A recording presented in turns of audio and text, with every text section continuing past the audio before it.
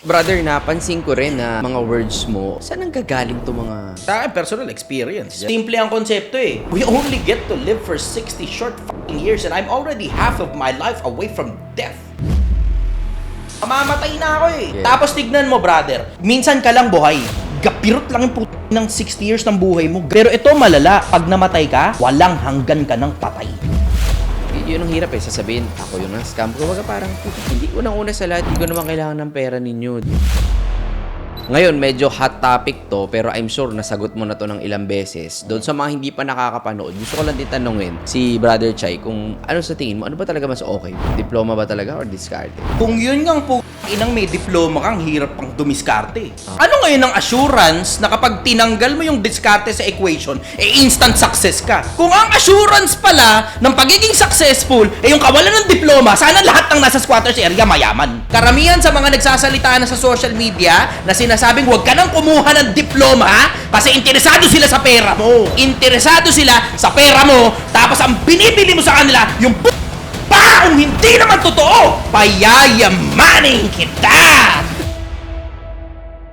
What's up mga kabit? Kamusta kayo guys? Meron akong special guest ngayon na sobrang ingay sa social media, sa TikTok, sa YouTube, halos lahat, Facebook, no? Kasi sa kakaibang pamamaraan niya kung paano tumulong sa tao, mag-inspire at mag-motivate, no? Talagang kahit ako nung una pinapanood ko siya, sabi ko parang okay talaga yung way niya magsalita, no? Kasi kumbaga real talk and walang filter, no? Siguro siya na lang magpapakilala sa sarili niya, si Brother Chai Chester. Maraming salamat, Brother Marvin Fabius. Kamusta pare? Thank you so much sa pagpunta mo rito. Salamat sa pag-imbita sa akin. Na-appreciate kita. Hindi naman ako importanteng tao eh. Sa munting natin podcast venue natin. So, ang reason guys bakit ko siya in-invite dito, of course, is gusto ko rin na ma-inspire tayo kung paano ba siya, ano ba si Chai Chester sa totoong buhay, and kung paano ba siya nagsimula, and ano ba yung mga pwedeng maibigay niya sa atin na mga puntos, kung lalo na doon sa mga gusto rin na maging influencer, ano yung pwedeng ma-advise din ni Brother Chai Chester sa atin. Kasi sa mga hindi nakakaalam guys, hindi lang influencer si Brother Chai, kundi siya rin ay negosyante. So gusto ko ring matuto sa kanya, no? And gusto ko mapulot, brother, yung mga good points sa'yo. Paano ka ba nagsimula? Ordinary taong bayan lang naman ako. Simula ako sa buhay, ang nanay ko nagbarko, tapos nagkakilala sila ng tatay ko. Matigas sa lalaki yung tatay ko. So, pagbaba ng barko ng nanay ko, buntis. Matigas. Mabisa. Potent, na? De ngayon, syempre, noong mga panahon na yun, ang akin namang nanay, nabuhay sa isang panahon kung saan hindi... Ngayon kasi tanggap na single mother, tawag single mother. Dati ang tawag disgrasyada. Oo. So, di takot ngayon sa scrutiny ng mga tao. Ang ginawa, pinanganak ako, ibinenta ako ngayon sa isang matandang may pera. Tapos, okay naman ang buhay doon. It was a controversial decision na ginawa ng nanay ko. Pero it was for the best. Kasi nakapakinabang naman kami parehas eh. Diba? Yeah. So, di naalagaan ako, kumita pa yung nanay ko. Okay naman. Everybody happy. Everybody happy. Kahit yung matanda, masaya din naman siya. So, di paglipas ng ilang panahon, yung matanda namatay. Ngayon, 18 anyos ako, labas na ako ng bahay kasi syempre hindi naman ako parte ng pamilya, 'di ba? Hindi naman ako kadugo eh. So they made the hard decision para paalisin ako ng bahay. Tapos in and out na 'yon ang bahay ng kung sino-sino. More or less siguro mga 6 na buwan din ako noon. Hard to remember. In and out ng bahay ng kung sino-sino, pero generally nasa kalsada akong tutulog ako sa kalsada. Grabe. Oo, okay lang naman. Kasi pagka nasa kalsada ka nakatira, buong mundo, bahay mo. Wala ka lang bubong sa ibabaw ng ulo mo. Pero lahat ng bubong na makita mo sa paligid, bubong na yun sa ibabaw ng ulo mo. Ibig sabihin na ng buong mundo, CR mo din. Oo, kumbaga parang naranasan mo rin talaga, brother, yung mga ganun. Usually, yung mga ganun, mga tao nakakaranas na ganun, sila rin yung magiging parang gigil na gigil din talaga sa buhay. Oo, brother. Iba yung gigil ng mga... May chip on the shoulder. Ang gusto ko na maging mas mayaman pa ako kaysa dun sa lahat ng nagpalaya sa akin combined. Yun ang pangarap ko. Nafe-feel kita. Ang daling sabihin, pero ang hirap gawin. Nafe-feel kita, bro. Nag-enjoy naman ako nun kasi, syempre, di ba, I don't answer to anyone but my conscience and my God. Yeah. So, paglipas sa ilang panahon, aral ako sa TESDA, nakarami ng kurso. Isa sa mga kurso na nakuha ko noon, napakinabangan ko ng gusto, call center training. Tutubahan ka pirasong confidence ba? Confidence. Malaki pala bayad pag may confidence ka, ano? Apply ako ngayon sa UNTV. Lumusot. Host na isang programa. Hindi nagtagal yung programa, hindi ko rin alam kung bakit kasi basta na lang hindi nagkaroon ng schedule. So, wala na, laglag ako. Yung co-host ko naman, dilipat ng umaga. Tapos, pagkatapos ko noon sa pag-hosting, diretso call center na yun, kalot kanan, puro BPO. Okay. Generally BPO. Tapos, sarili ng hanap buhay, paglipas ng ilang panahon, andito na ako ngayon sa opisina mo. So, from nanggaling ka dun sa ganung experience, tapos biglang, syempre, gigil ka sa buhay. At the same time, bumanat ka na ng negosyo. Tapos, paano ka napunta dito sa social media? Bigla kang sumulpot eh. Bigla kitang nakita sa FYP. Sabi ko, ano to? Sino to? Ba't parang Pero, make sense kasi yung mga sinasabi, di ba? Pinlano ko to pero hindi ganito kaaga. I was thinking na magbabayad ako pag tungtong ko siguro ng 40 anyos, gano'n, pagka medyo may edad-edad na ako.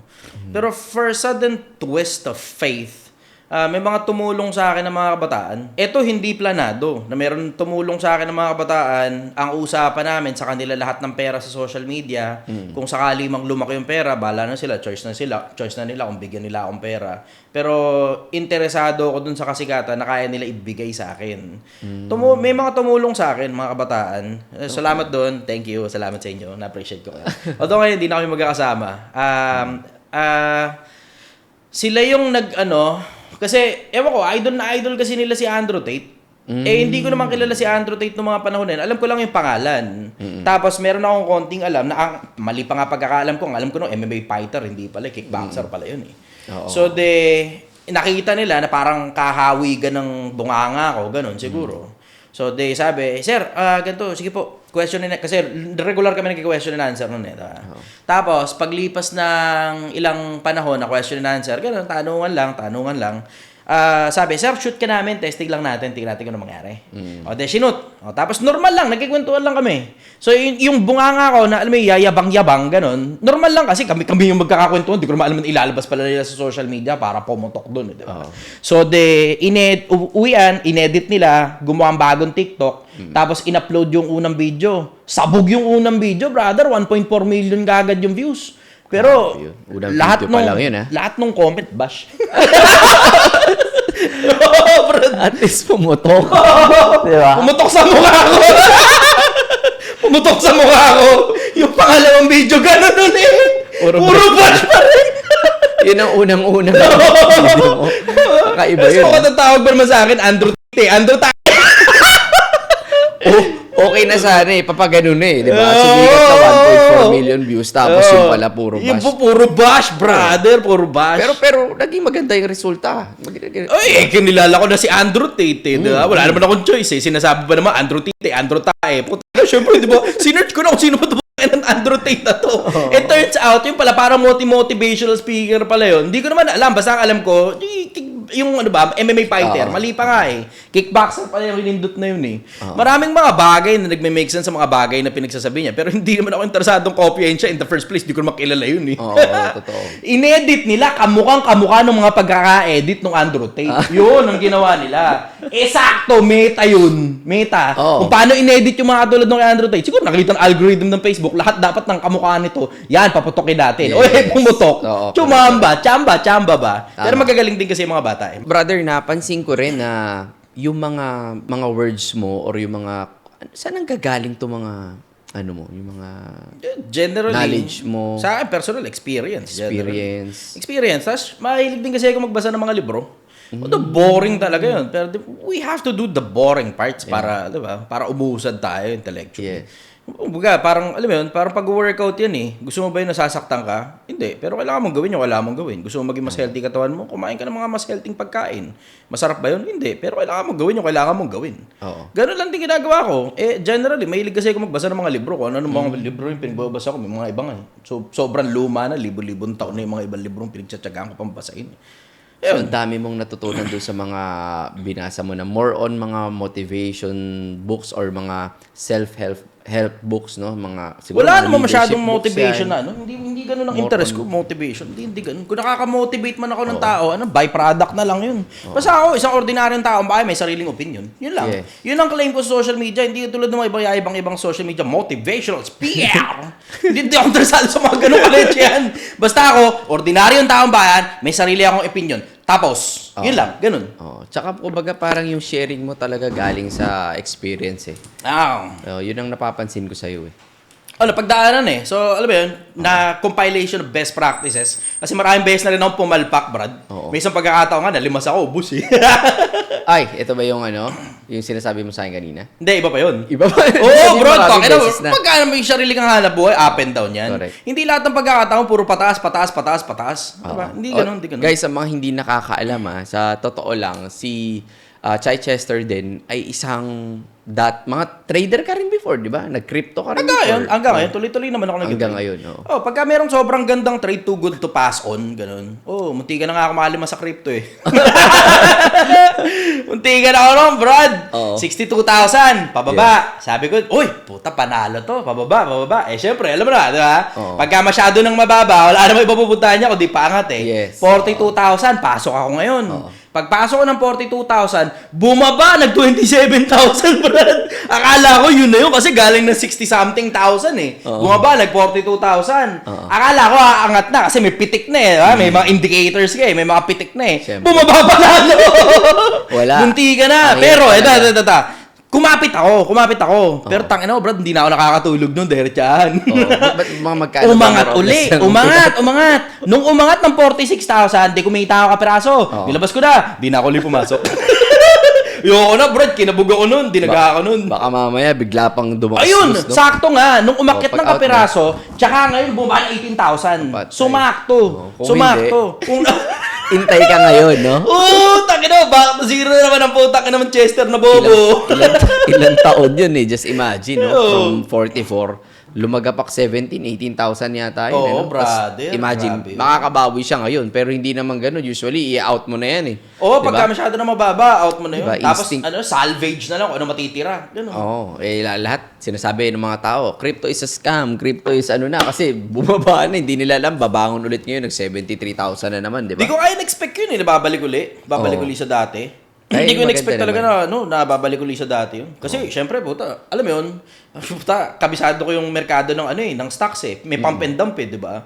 Pumasok sa stocks, di ba? Tapos, nagpapataas lang ng presyo, tapos ilalaglag na pagkatapos, di ba? So, kabisado ko yung mundo ng stocks. Yung konsepto ba alam mo naman may mga behind the scenes na mga bagay na nangyayari sa mga whales eh, di ba? Of course. Iniisip ko, baka ganun din yung nangyari. Kasi out of the usual, brother, coming from parang 62, 64 na peak, biglang putang ina mo, 18,000. Grabe naman yun. Siyempre may mga manipulation din dyan. Sunod-sunod yung mga bad news eh. So, actually, guys, speaking of trading, dati ang dami sa akin nagtatag nung may content kaya na about sa trader na sabi mo. Yung mga trader, yung mga ahente. Kasi di ba nga, nadali nga ako, munti ka na ako eh. Bad trip ako nun eh. Siyempre, bad trip ako nun. Correct, yung sinasabi ko, ahente yung kumikita. Alam mo, diretsahan, Brad, ang madalas naman talagang, yung as in straight out, kumikita lang talaga ng paamig dyan. Yung mga gumagawa ng mga fake account natin, tapos nanghihingi na investment, di ba, diretsahan lang. Meron niyang isa, mag-iingat kayo ha, merong isa na ginagamit yung pangalan ko sa TikTok, na parang 4,000 followers na yata yung Okay. Tapos nanghihingi ng pera, investment daw sa crypto. Hindi ako nanghihingi ng investment ha. Tapos alam mo ba, ang minimum investment 1,000 pesos. Sabi ko, putang ina mo, ganun ba ako kahirap para magpa-invest 1,000 lang? Ang kapalit 10,000 pesos daw. Grabe naman, maghahanap buhay lang ako. Kahit sabihin mo construction worker ako, 2 araw na hanap buhay lang may 1,000 na ako eh. Mukhang maganda yan ha. Parang gusto ko magpasok dyan ha. Tangina, diba? Hindi, mag-ayun din lang tayo ng ganun. Gagawa lang pala fake account ako sino sikat. Bro, mas hindi ka ba nadadali ng ganun? Bro, meron akong in-interview dito before na 2.5 million ngayong nakakuha sa kanya. Yung mga poser ko, bro. Pag-aaralan nila yung character mo. Pag-aaralan nila yung way mo mag-reply, magsalita, tapos magugulat ka na lang, nag-deposit na yung mga kaibigan mo dun. Ganun katindi ito mga poser. Mga sindikato kasi ito.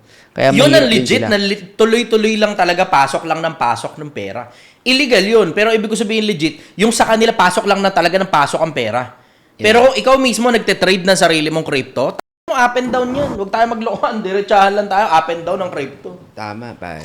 So, ikaw, brother, ayan, medyo nabanggit ni Brother Chichester kanina yung kung saan siya nanggaling. Ngayon, medyo hot topic to, pero I'm sure nasagot mo na to ng ilang beses. Doon sa mga hindi pa nakakapanood, gusto ko lang din tanungin si Brother Chai kung ano sa tingin mo, ano ba talaga mas okay, bro? Diploma ba talaga or diskarte? Sa tingin mo? Ano yan? Sequence, brother. Puwera bash muna doon sa mga ibang ina. Wala munang bash. Hindi ko muna kayo babash. Pagpahingahin ko muna kayo mga kayo. Mamaya ako ay babanatan. Pero dun muna tayo dun sa sequence kasi yan eh. Ibig sabihin, unahin mo muna ang kunin yung diploma. Kung meron ka namang option na kumuha ng diploma, di kumuha ka ng diploma. Bakit? Kasi unang-una, pagka nag-apply ka ng trabaho, tapos may diploma ka, ang daling matanggap. Tapos pag nag-apply ka pa ng promotion dahil natanggap ka na, ang daling ma-promote. Yes. Kumpara mo ngayon dun sa diskarte ka lang, mag-apot diskarte lang, tapos pag nag-apply ka ng trabaho, hirap na hirap ka. Diba? Eh, ako rin naman eh, nandun din naman ako sa magkabilang panig ng diskarte at saka diploma. Although wala naman ako nakuha ng diploma ng college, diba? Pero nakarami ako ng certificate ng TESDA. Oo. Ngayon, napakinabangan ko naman eh. Nakapasok nga ako sa call center dahil sa training eh, diba? Eh, isipin mo kung hanggang ngayon, construction worker pa rin ako, tapos diskarte lang. Diba? So, napakinabangan ko ngayon yung nakuha ko rin sa TESDA para makalusot ako sa call center. Yeah, oo. Tapos ngayon, pagpasok ko sa call center, edi unang salta ko, si 15,000 agad sweldo.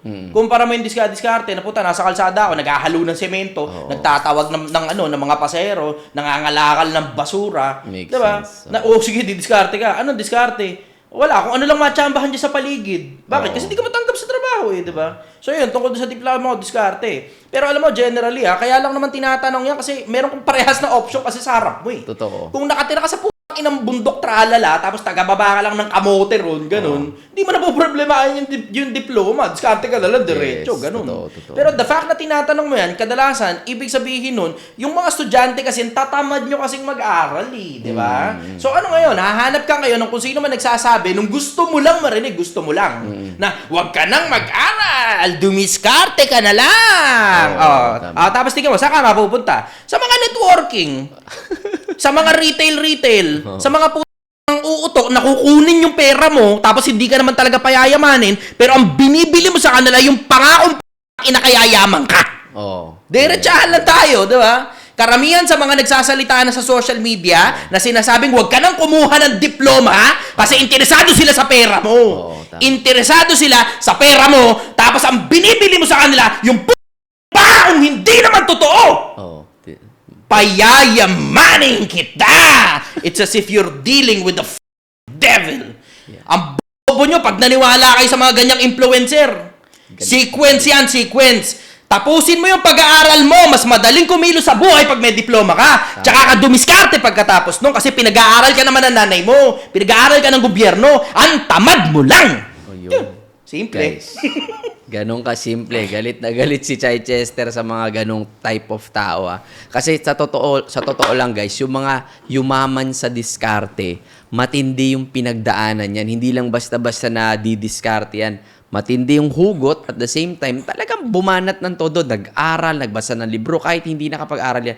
Humanap ng mga mentors yan, na mga nandun na sa taas at talagang may tumulong din sa kanila para makapag-start. So, ang sinasabi ni brother is yung mga nag-aral, syempre sa pag-aaral, doon ka rin matututong dumiskarte. Kahit siya nga, di ba, nag-testa.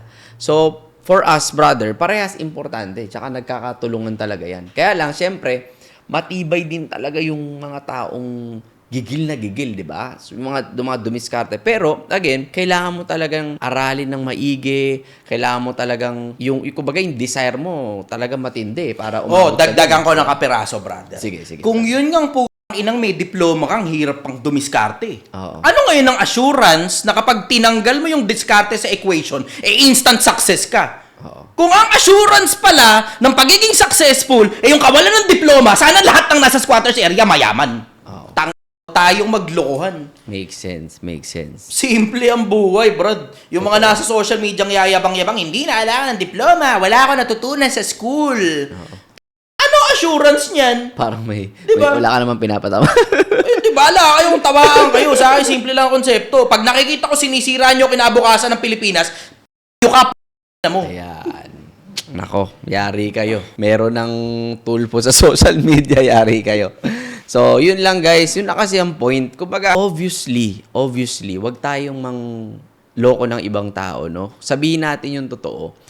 kumbaga, okay namang motivate ka, mang-inspire ka, pero pagka sinasabi mo sa tao na dumiskarte ka lang, tapos meron kang i-offer na something, yun ang medyo sketchy, di ba? Kung sinabi mo, dumiskarte na lang kayo, sumali na lang kayo sa akin, or magbenta ka na lang ng mga product ko, yun ang medyo parang sketchy, no? Makikita mo rin sa mga taong may ino-offer. At saka kita mo, Brad, ang interest talaga nila yung pan-tuition fee ng estudyante. Ayun. Tang-ina, Brad. Kitang-kita mo yun eh. Bakit? Kasi sure money yun eh. Halos lahat ng bata gustong pag-aralin ng magulang. Kaya na ibig sabihin, may involvement na pera doon kung mo gustong pag-aralin ng magulang.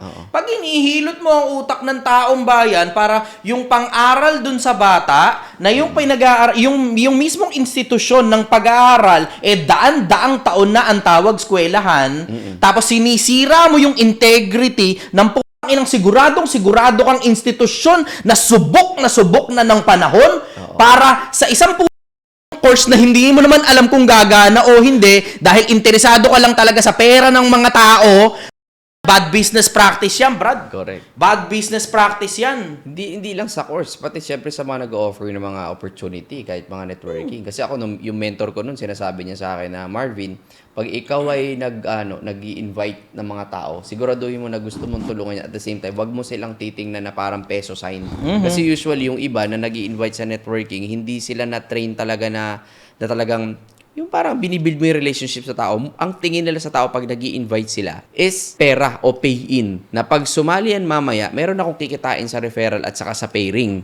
So pagka ganong type of networker, yun yung mga medyo alanganin no? Kasi may mga legit naman talaga maaayos na naiintindihan ko rin yung konsepto nung kabilang panig na naghahanap buhay din sila eh. Diba? Okay sa akin yun, good shit yun. Networker ka man o kahit na sino ka pa, naghahanap buhay ka, legal naman, walang problema. Pero nagkakaproblema lang naman kapag alam mo namang masisira buhay ng tao doon sa ino-offer mo eh, 'di ba? Exactly. Yung konsepto lang na halimbawa, may cancer o operan mo pa ng putang inang investment, alam mo mamamatay na yung tao. Oo. 'Di ba? Alam mong pampagamot niya na lang sa ospital, gugustuhin mo pa i-pay in pa sa'yo, naman. 'Di ba? Alam mong pampaaral ng bata yan eh. Yes. Dahil lang alam mong stealing a candy from a baby dahil alam mong madaling kunin yung pera ng bata, kukunin mo na. Brad, hindi lahat ng pera sa mundo kailangan kunin mo. Bakit? Kasi aanhin mo na makamtan mo ang buong sanlibutan kung mapapahamak naman ang iyong buhay. Tama. Sapagkat anong kaya mong ipagpalit-kapalit ng iyong buhay? Kahit gaano pa karami pera mo, pag hindi ka tinatanggap ng Diyos sa langit, magkikita-kita pa rin tayo sa impyerno. Sigurado. Guys, grabe yun. At saka lalong-lalo na, dun sa mga nag-o-offer din, na tuturuan nyo pa yung mga ibang tao na kung ano-anong ibenta, isanla yung gamit, ibenta yung kalabaw, isanla yung lupa, or kung ano man. Nanay mo. Yung nanay mo. So, guys, please lang, okay, magagalit si Brother Chai, wag yun ang gagawin yan. Actually, napakadali lang manloko ng kapwa-tao, brother. Walang ka-challenge dyan. Yes, sa taba ng utak ko na to, napakadaling manloko ng kapwa-tao. Sa totoo Pero lang. tignan mo, hindi ko pinagtsatsaga ang gawin. Yes. Kasi alam ko simple ang konsepto Oo. We only get to live for 60 short fucking years and I'm already half of my life away from death. Mamamatay na ako Yeah. Tapos tignan mo, brother, pag minsan ka lang buhay, gapirot lang yung ng 60 years ng buhay mo, gapirot lang yun.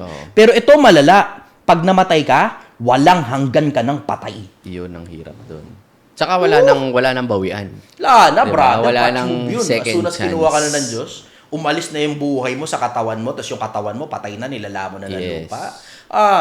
Magkakaintindihan tayo sa kabila kung totoong may Diyos. Totoo. Tapos magkakaintindihan tayo sa lahat ng mga bagay na pinaggagawa natin, sa mga perang pinagkakain natin, na pinaglamangan natin sa kapwa-tao natin. Kaya nga ako guys, sa totoo lang, ako mismo, nasasaktan din ako pagka yung na minsan may nag-chat dyan na scam dun sa mga poster, tapos or yung mga, yun ang hirap sasabihin, ako yung na-scam. Kumbaga parang, puta, hindi ko nang una sa lahat, hindi ko naman kailangan ng pera ninyo, di ba? Yung mga nag-scam, tapos sasabihin nila, scammer yan. So parang for me, teka muna. Unang-una yung nagsasabi niya, yung mga taong wala namang mai-scam. Wala namang mai-scam sa inyo. Diba? Puta ina. Wag ako. Pangalawa, alam naman ng lahat, no? Marami akong business, pwede nyo ako i-background check. So guys, please lang, mag-due diligence din kayo. Kasi baka mamaya, yung mga tao na, yung mga poser, no? Kunyari, ikaw na biktima ka, ipipilit mo na yung taong poser na yun is kami, no? Tapos sasabihin mo, ay hindi, hiningan ako ng 1,000 yan eh. May mag-offer ng 10% investment or what. Wala kaming ganun at never ever na kami ang unang magme-message sa inyo. Sa sobrang kabisihan namin, hindi na namin kayang mag-message pa sa inyo ng mga ganyan investment. So, wala kaming ino-offer at hindi kami nang-i-scam ng tao. Mag-content kayo or i-post nyo sa Facebook, social media pag meron ako personally na patunayan nyo na ako yun, nagpa-offer ako ng scam. Kaya please lang, yung mga nagtatawag na scammer dyan, i-double check nyo bago nyo kami sabihin ng ganyan because we don't need your money. Yun lang masasabi ko sa inyo. So, brother, ikaw. Alam mo, medyo malawak kasi yung konsepto ng scam na yan eh. Kasi hindi lang naman na ibig sabihin ng scam eh, hindi rehistrado negosyo. Takin na bro, may mga alala ko, jackass straight out. Rehistrado negosyo. Pero yung mga gawain sa loob, straight out scam. Ang dami kong kilalang ganyan negosyo. Mayayaman pa sila. Legit, tapos sa likod nun, merong mga... Ano ba nagpapalegal sa isang negosyo? Rehistrado. Oo. Yun lang. Rehistrado. Totoo. Yun lang. So, rehistrado ka, nagbabayad ka ng tax, yun na, legal ka na nun. Oo. Pero kung paano mo ginagawa yung pera mo sa loob ng negosyo mo, ano mo, ibang usapan yun. Diba? Yeah. Ang daming mga scammer sa loob mismo, yung mga gawain nila sa loob. Tignan mo, yung isa nga, lumabas yung marketing tactics niya sa social media, diba? Paglabas, ina mo, binanatan siya ng taong bayan. Pero legal ang negosyo nun. No. Legal ang negosyo nun. Registered. Rehistrado ang negosyo nun. Pero tignan mo yung marketing tactic niya. O, gago, gawa ka pa ng course, ha? Gawa ka pa ng course, sasabihin mo, yung pan-tuition fee, ipang-business na lang? Akala ko ba yung pan-tuition fee, ipang-business na lang? Ba't gumawa ka ng course? Nagawa mo. Tignan mo, magtataka ka, yung mga tao na yun, interesado sa pan-tuition fee ng mga tao, Oo. mga course na binibenta. Akala ko ba, pang-business na lang? Ba't gumawa ka ng course? Enrollment din yun eh. Di ba? Ginagago mo na lang kami. Tinatado mo na lang kami. Hindi ko kilala yan, brad, ha? Madami sila, brother. Hindi isang piraso. Madami sila. Diretsahan. Madami sila. Hindi yan isang piraso. Walang pinapatamaan na isang tao, ha? Hindi, ako pinatatamaan ko lahat. Lahat. Lahat. Lahat ng gumagawa. Lahat. Ang titigas ng mga mukha nyo para interesado kayo sa pan-tuition fee. Diba? Sasabihin mo, wag nang mag-enroll, yung pang-enroll, ipang business na lang. Ang dami nagsasabi niyan, brother. Hindi lang isang piraso nagsasabi niyan. Isa lang ang naputokan sa mukha. Pero ang dami nagsasabi niyan, brad. Ang daming nagsasabi niyan. Actually, sa mga ibang mga companies, minsan sa mga seminar nila, sinasabi nila. Oo, diba? Marami Sinisira mo integrity ng mga maaayos na institusyon na pag nag-doktor ka, kailangan mo talaga ng diploma. Pag nag-abogado ka, putang ina mo, pwede ba naman doktor ka tapos wala kang diploma? Diskarte na lang? Tama. Albularyo labas mo dyan, gago! Ano? Tapal-tapal na lang ng dahon. Diskarte na lang tayo, Brad. Ang sakit ng sakit ng hita ko. Ano gagawin natin? Tapalan natin ng dahon. Appendicitis. Dilaan natin. Baka usog lang yan. Actually, hindi lang din diskarte minsan eh. Kumbaga meron din konting, sa totoo lang, hindi ako naniniwala sa swerte at malas. Pero, sa totoo lang, yung mga talagang minsan nagpipik na mga yan, bukod sa diskarte at may ginawa yan, may konting luck din, bro eh. Nangyayari meron din konting push ng binigyan pag ka ng nag-align perfect sa'yo, time. diba? Mga bro. opportunities. Pero naniniwala ako sa sinasabi sa internet. It's when preparation meets opportunity. Pag ready ka, tapos nagkaroon ng opportunity, magagrab yung opportunity. Pero kahit anong dating sa'yo ng opportunity, binoboboha mo, tinatangahan mo, kahit anong diskarte mo, wala kang papala sa buhay mo, Or katok ng katok sa'yo yung opportunity, hindi mo pinapansin. Hindi mo minsan, pinapansin. Diba? Nangyari yun, brother. Nangyari yun. Actually, naniniwala ako sa sinasabi ni brother. Kasi, kumbaga, ito yan guys kung ikaw ay ready, ibibigay sa'yo. Pero kung hindi ka ready, kumbaga, patulog-tulog ka lang dyan, no? Gusto mo maging negosyante. Pa-comment ka lang, pabash-bash ka lang. Pabash-bash ka lang, no? Kumbaga, nakikita mo lahat ng mali sa tao. Imbis na mag-aral ka, o hindi aral na sa school, sinasabi ko, kung wala kang pa-tuition, may ang daming libro. YouTube, andyan, libre na. Paano maging businessman? Podcast mo. Di ba, libre. Yeah, andun lang. Hindi mo naman pinababayaran to eh. Baka kumikita ka sa ads, pero hindi mo pinababayaran yung mismong information na nandun sa social media. Bro, as in, wala. Kumbaga, matuto ka na lang sa mga businessman na nagsasalita sa mga podcast, sa mga events sa international na mga businessman, or mga magazines na lang, di ba? Ang daming pwede. Kumbaga, ang ibig sabihin namin, kailangan ready ka. Yung opportunity dadating sa'yo, possible, Pag hindi ka ready, masasayang lang. Pero kung ready ka, that's the only time na mag-a-align siya. Yung pinag-uusapan namin. Align, ready ka, binigay yung opportunity, tapos perfect timing, pak, bigla ka lang sasabog. Para siya, hindi naman niya na-expect na magbo-boom siya bigla sa social media, pero align siya, ready siya, equip siya, nung binigay sa kanya yung opportunity, pak, biglang nag-boom. So, pwede nyo rin yung i-apply sa mga negosyo, sa pagiging influencer. So, speaking of business, brother, masyado na mainit si brother. Medyo awatin natin ng konti. More on, bro, sa business, I know you're a successful businessman as well. Hindi naman. Pumapalpak din naman ako. Naman na negosyante, pumapalpak eh. So, general principles tungkol sa hanap buhay Hindi ko tinatawag na business yung hanap buhay ko. Kasi nangyayari pagka tinatawag mong business, magiging businessman ka ngayon. Then taas ngayon ang tingin mo sa sarili mo. Ako diretso hanap buhay lang tawag ko. Hanap buhay lang. Kumbaga Hindi parang... ko tinitignan na parang, I'm a businessman. Ayoko nun eh. Bakit? Kasi as soon as mawala sa'yo humility, ang papalit dun arrogance. Syempre. At ang wakas ng, sabi ni Solomon ang wakas ng kapalaluan ay kahihiyan. Tignan mo yung mga nagyabang sa social media, mga businessmen sila, multi-trillionaire sa mga hayop, mga nyo. Tignan mo ngayon, asan ngayon sila? Di ba? Nilalamon ng taong bayan ng mga hinindot. Ako guys, sa akin, simple, naghahanap buhay lang ako. Yun lang ang gusto ko sabihin, naghahanap buhay ako. Successful? Hindi ko alam. Basta masasabi ko, maraming beses akong pumapalpak. Bakit? Kasi gano'n naman talaga magaling na hanap na negosyante. Magaling kang pumalpak. Yeah. Ibig sabihin ng magaling pumalpak, yung palpak mo, sa dami ng palpak mo, sa dami ng kapalpakan mo, hindi sapat para ibagsak ka.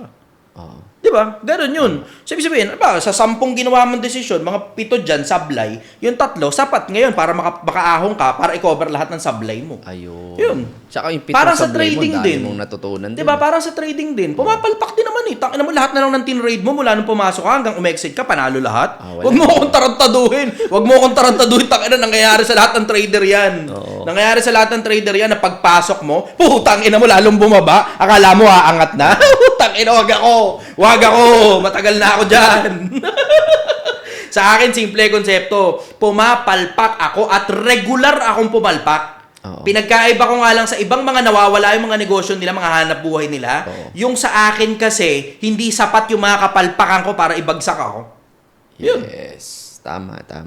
Real talk lang tayo. Totohanan lang to. Totohanan lang. Tignan mo. Hindi naman ako kasi laki ng mga pinakamalalaking international brands pero tignan mo Toys R Us, bumagsak. International yun. Yun ang pinagayahan siguro nung Toy Kingdom dito sa Pilipinas, sa Mega Mall.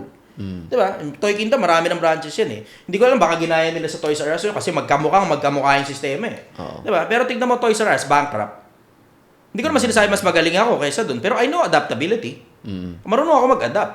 Yeah. At marami rin naman akong palpak eh. Hindi nga lang sapat yung kapalpakan ko para, 'di ba, para bumagsak. Yes. Ganun. Tungkol sa hanap buhay, ganun kasi simple sa akin ang konsepto. Kumbaga, ang point, brother, is talagang everyday nag-grow ka at laging walang perfect. Talagang kahit anong gawin mo, may palpak at palpak ka pa rin magagawa. Lagi. Kasi walang perfect Lagi. eh. Hindi naman kasi ang kapalpakan yung binibilang sa'yo eh. Oo. Di ba? Hindi kapalpakan yung binibilang sa'yo yung success. And when I say success, getting yourself from point A to point B. Hindi yan yung parang delusion nila na pag sobrang dami mong pera, successful ka.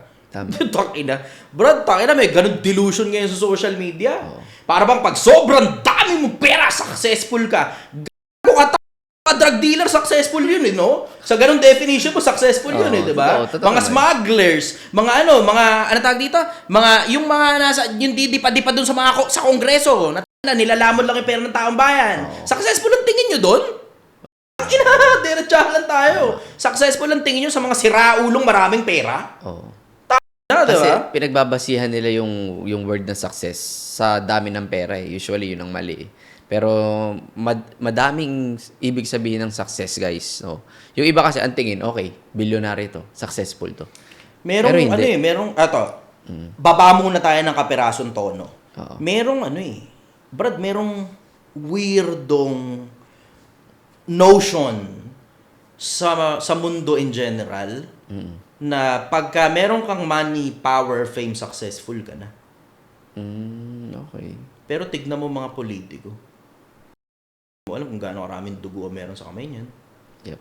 'Di ba? Yung iba nga nahuhuli pa sila eh. Nakukulong. Pero yung iba dahil hindi sapat ang ebidensya, hindi nakukulong. Pero ginawa talaga nila 'yun. We know each other. Diba? Nahirap kasi dito sa atin, bro, basta as long as may pera ka, pare. Ang bilis. Oo, brother. Diba? Tangina, Kumbaga, ang bilis talaga. ikaw ang nagdidikta ng batas. Sa totoo lang, bro. Totoo, diretso. Ayoko na masyadong magsalita, pero marami akong kilala. Mag-ano tayo, maglalim tayo ng kapiraso dyan. Di tayo na magpapangalan. Pero maglalim tayo ng kapiraso dyan. Yung mga mahihirap in general, brother, sinasabi nila unfair. Pero merong paraan para maging equitable eh. Para magkaroon ng equity. Umangat ka. Tama. Gusto mo maging patas para sa'yo? Umangat ka. Angat mo sa sarili mo. Correct. Palagay mo yung mga mayayaman, ganito, bla bla. Eh di po mabilang ka sa mga mayayaman. Free market naman tayo eh. Totoo. Malaya kang gawin ang gusto mo. Kung gusto mong yumaman, pwede. Kung gusto mong maghirap, pwede. Kumuha ka maraming babae. Kung ka ng gusto, damihan mo pa yung anak mo, sisi mo sa gobyerno. Diba? Ang talino mo eh. Diba? Oh. Pero kung gusto mong umangat, pwede rin naman. Huwag ka kasi pa-deliver ng ng sandok, diba? Shopee ka ng Shopee eh.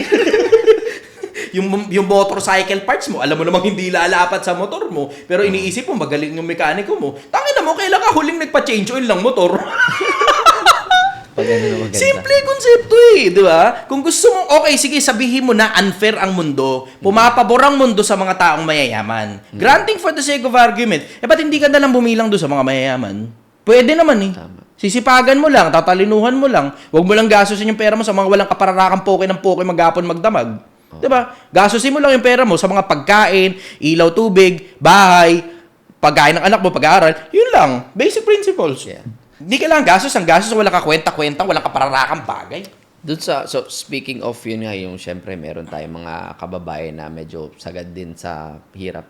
Sa tingin mo, ano yung magandang advice din sa kanila na gusto namin ding umangat eh. Pero di namin alam paano magsisimula. Ano bang dapat namin gawin? Alam yung literal na naman mga natin, alam mo, diretso alam natin. sagad talaga. Diretso, alam natin. Taki na inito sa tao yung brad. Alam mo naman ang paraan kung paano gagaling yung mga karamdaman mo eh, kumain ka ng gulay. Di ba? Alam mo naman ang paraan kung paano gaganda katawan mo eh, mag-workout ka. Oh.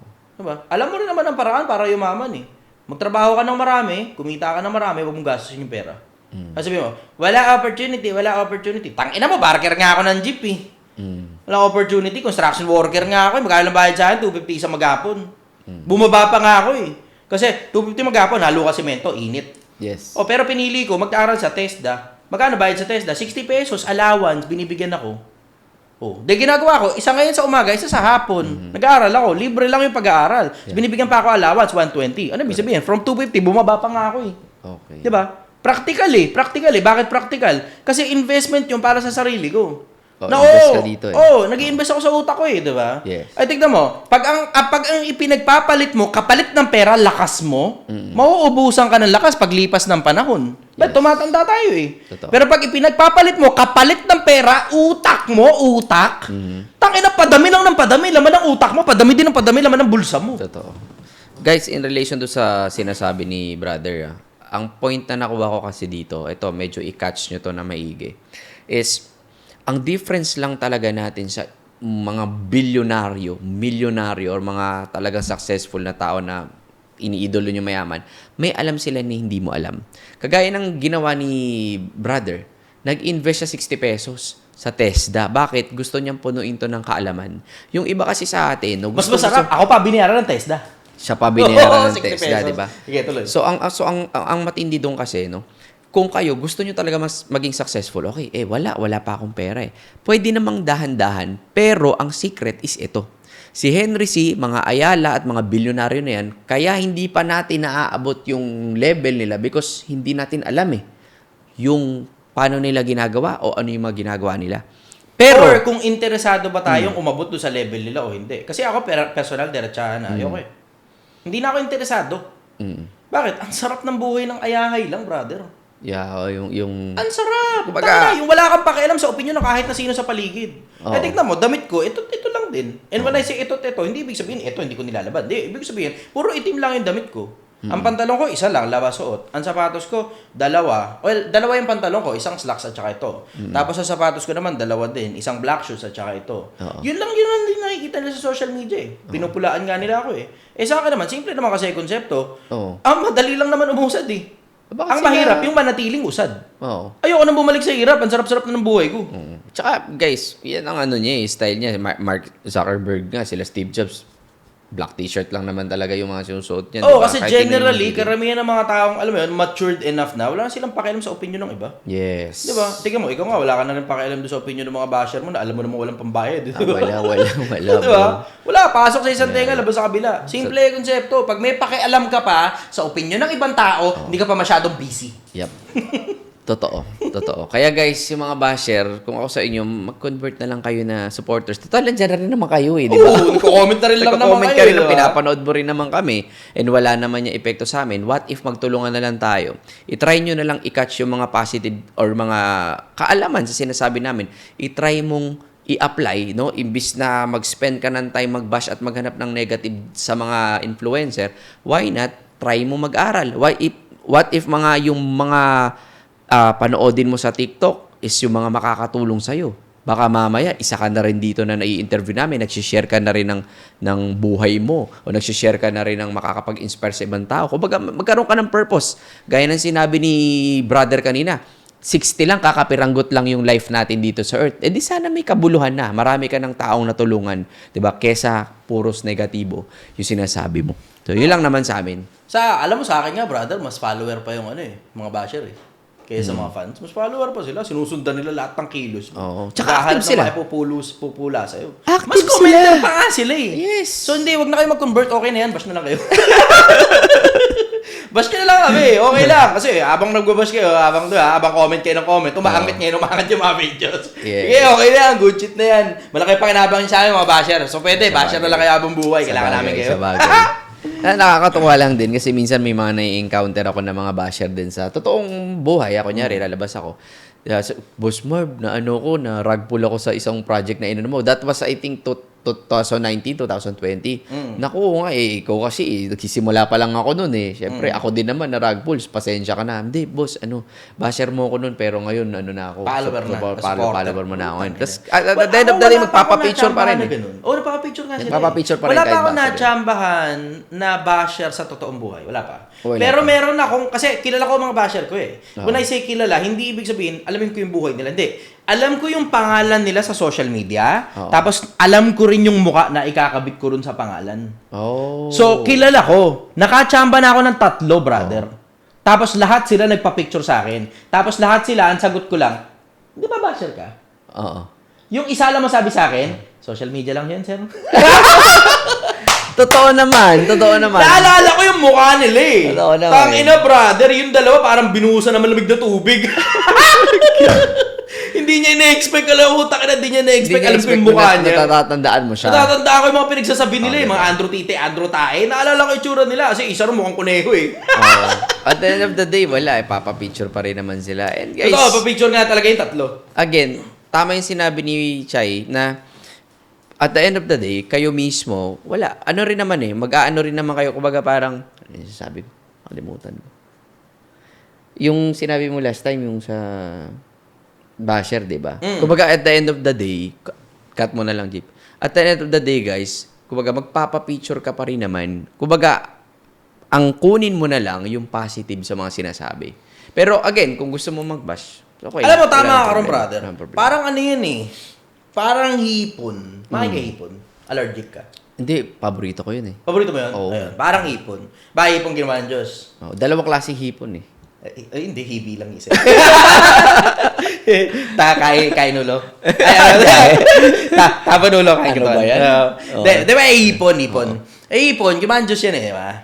So, hipon, masarap. Mahal ng kaperaso, lalo na yung mga medyo malaki ng kaperaso. Doon sa hipon na ginawa ng Diyos, di ba masarap yung karne? Yung laman nun, masarap. Oo. Kinakain mo ba yung shell? Hindi. Edi ganun din. Sa atin, alam mo, lahat tayo, in general, may kanya-kanyang pangit sa atin. May kanya-kanyang mga bagay na hindi nakakain sa atin. Yeah. Hindi mapapakinabangan. Sa lahat ng tao, merong mga parte ng mga tao hindi talaga napapakinabangan. Putang ina itong mga basher na to, ang kinain sa hipon, shell. Gusto mo yun? Tangina mo, kain ka ng ulo ng hipon. Oo, Natitinik ka pa, tapos magrereklamo ka. Natinik ka, nagreklamo ka, kinain mo kasi ulo eh. May katawan yun eh, di ba? May laman yun eh. Masarap yung laman, hindi yung ulo. Tama. Kaya nga tapon ulo, kain katawan eh. Yun yung lagi ko sinasabi. Panalo! Tangin tawa nila yung Marvin. Legit yung tawa. Ayoko na ng hipon. Hindi na ako Panalo! allergic na ako sa hipon. Allergic na sa hipon. Allergic na ako sa hipon. Dahil sa'yo. Ayoko na. Good shit. Brother, sorry. Okay. Baka mamaya kumain na ako ng masyadong time mo. Anyway, meron ka bang mga gustong i-promote or meron ka bang mga upcoming mga vlogs or something? Alam na wala ng mga followers ko yun.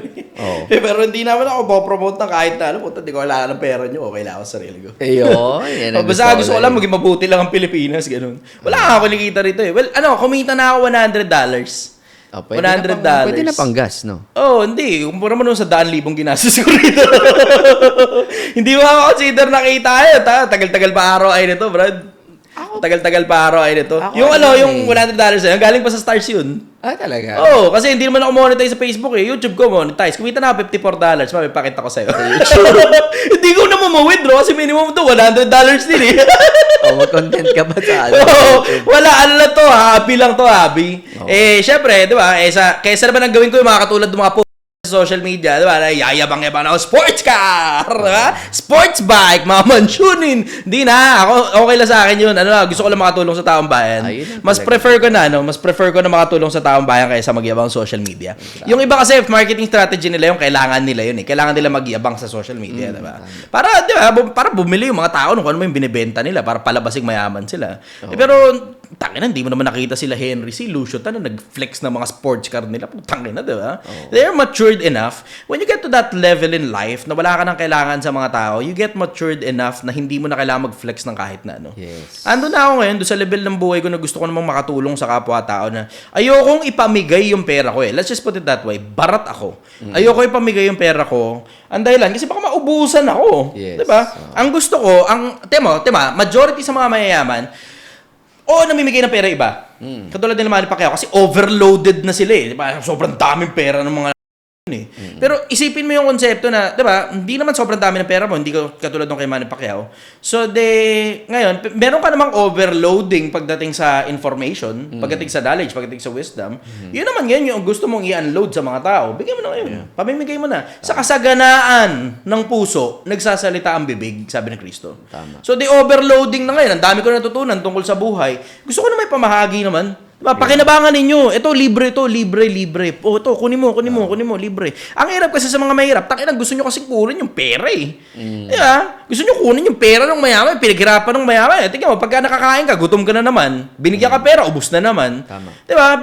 Hindi eh. Ang gusto nga kasing ibigay ng mga taong may pera, karunungan. Yes. Paano nila ginawa yung pera? Anong disiplinang ginamit nila? Ano mindset nila? Diba? Yun yung gusto nila ipamudmud sa mga tao eh. Ang problema, ayaw nga ng mga tao ng ganun eh. Ang gusto nila, yung produkto na mismo, bigay mo sa amin yung pera mo. Hindi nga eh, binibigyan ka nga ng dani. Gusto mo makapunta sa pag-asenso, sa pag-alaman, yung sports car, flashy, bling-bling. Ito, papakita ko sa'yo paano. Yun, ngayon bagong project. Bagong project nga, baka nyo to. Supposed to be, dapat starting bukas to eh. Kaso masyado maraming conflict eh. Babalik ako sa hirap, back to zero, wala akong dalang pera. So, yung damit ko, yun lang din yun. Yung brief ko, isang sapatos, isang medyas, isang pantalon, isang brief, isang damit, tapos sa lakot. Yun nadala ko. Wala na iba. Baka siguro motor, ganun. Bala na. Exciting. Ayoko kasi mag-commute. Naka-ano ba yan? Naka-vlog Document ko yan, Brad. Document ko yan. Tapos sila live ko pa yan. Isang buwan, brother! Isang buwan. Hindi lang isang araw, hindi lang isang linggo, isang buwan. Bababa ako squatters area, kakain ako ng pagpag. Grabe. Magtutulak ako ng kariton doon, ganun, halo na semento. Bahala na! Bahala na! Guys, ito magsisilbing inspirasyon dito kasi mag-zero siya eh. Kumbaga, sasabayan mo sila eh. Oh! Diba? Sasabayan mo sila. Tapos, doon din guys mapapatunayan kung anong nandito. Kung paano niya kakayanin ulit na makabangon. Execution, brother. Tingnan mo, social media, ang dami nilang guru-guruan, galing-galingan, dunung-dunungan. Pero walang nagpapakita ko paano yung actual na execution. Ayan ang maganda. Ako, personal, papakita ko sa'yo mismo kung paano umusan mula sa pagiging wala. Aabangan ko yan, brother. Gusto ko yan. Malupit to, brother. Gusto ko yan. Bumisita ka sa amin sa Squami. Gusto Huwag ka mo nga ako lang rin, gusto maganda ko ng rin. kotse, di kasya yun doon. Motor ka na lang, ganun. Babike lang ako. Pwede. Presence mo lang, enough na, brother. Para maramdaman ko may suporta. Salamat, brother. Isang chat lang ako, bro. Andito. Alamat, brother. Anyway, bro, I appreciate you and I appreciate kung paano ka tumulong sa mga tao and of course, very real talk, no? Talagang galing sa experience yung mga sinabi mo and I'm sure marami ring na-inspire, no? Maraming magre-react, maraming na-inspire, maraming natuto and yun nga, very thankful ako, brother, na nag-spend ka na time. Alam kong wala ka pang tulog, guys. 2 hours pa lang tulog nito sa dami ng mga interview. Kaya ka nag-shades ako. Hindi yan pampaul. Hindi yan pampamuhi ka. Hindi. Ano to? Para takpan ko yung lalim na mata ko. Ay, parehas tayo walang tulog ngayon. Okay lang yan, kaysa walang gising. Medyo sabaw-sabaw na nga ako ngayon, pero gusto Pagka pa rin namatay namin. naman tayo, dire-diretsong tulog na yun, brad. Huwag natin Eternity madali. na yun, brother. Huwag natin madaliin. Oo, hindi. Hanggang mga 60, 70, 80. Mga 100 years old ka, diba? Pero, tingnan mo, isipin mo yung concept na you only get to live once. Isa lang ang buhay. Yeah. Diba? 60 years, ano yung gapirot na yun? Kumpara mo dun sa walang hanggang tulog ka na kasi patay ka na. Correct. Diba? Walang kwenta yung gapirot na 60. Sulitin mo tong buhay na to. Hindi ibig sabihin kailangan magkasakit ka. Tulad nung sinasabi ni Carl Vicente na ang mga mayaman di natutulog ng 8 hours. Oh, hindi. Hindi Ito, dagdag ko lang to, brother. Bago mo end up yung conversation. Yes. Kasi may mga nagsasabi ng ganun eh. Para yumaman ka, kailangan di natutulog ng 8 hours. Hindi ganun yun. Hindi ganun yun. We get to live, di ba? Ang isang buong maghapon, 24 hours, di ba? Pwede mo katiin sa 3 tago 8 oras yan. O di yung isang 8 oras, itulog mo. Huwag mo na sabihin sa akin 16 hours, kulang pa sa'yo para maghanap buhay. Hindi ang usapan, babawasan mo tulog mo para yumaman ka. Yes. Ang usapan, anong ginagawa mo doon sa putang inang 16 hours? Yes. Nagising ka. Ano ba yan? Nagtatrabaho ka ba talaga o nag-ML ka lang? Ano ba yan? Nagtatrabaho ka ba talaga o kung ano-ano kaletse lang pinaggagawa mo, scroll ka lang, nanonood ka rito sa amin ni Marvin Pabis? Di ba? Simple ang konsepto. Kung gusto mo masenso, maghanap buhay ka tuloy-tuloy. Kumita ka ng marami, huwag mong gastos sa kaletsehan, ganun kasimple. Ako si Chester, siya si Marvin Pabis. Yun! Ang tindi ng ending. Guys, maraming salamat sa oras ninyo. Thank you, Brother Chai Chester. And kung meron kayong mga gustong mga katanungan dyan, i-comment nyo lang dyan. Try natin sagutin. But again, kita-kita tayo. Stay positive and God bless everyone.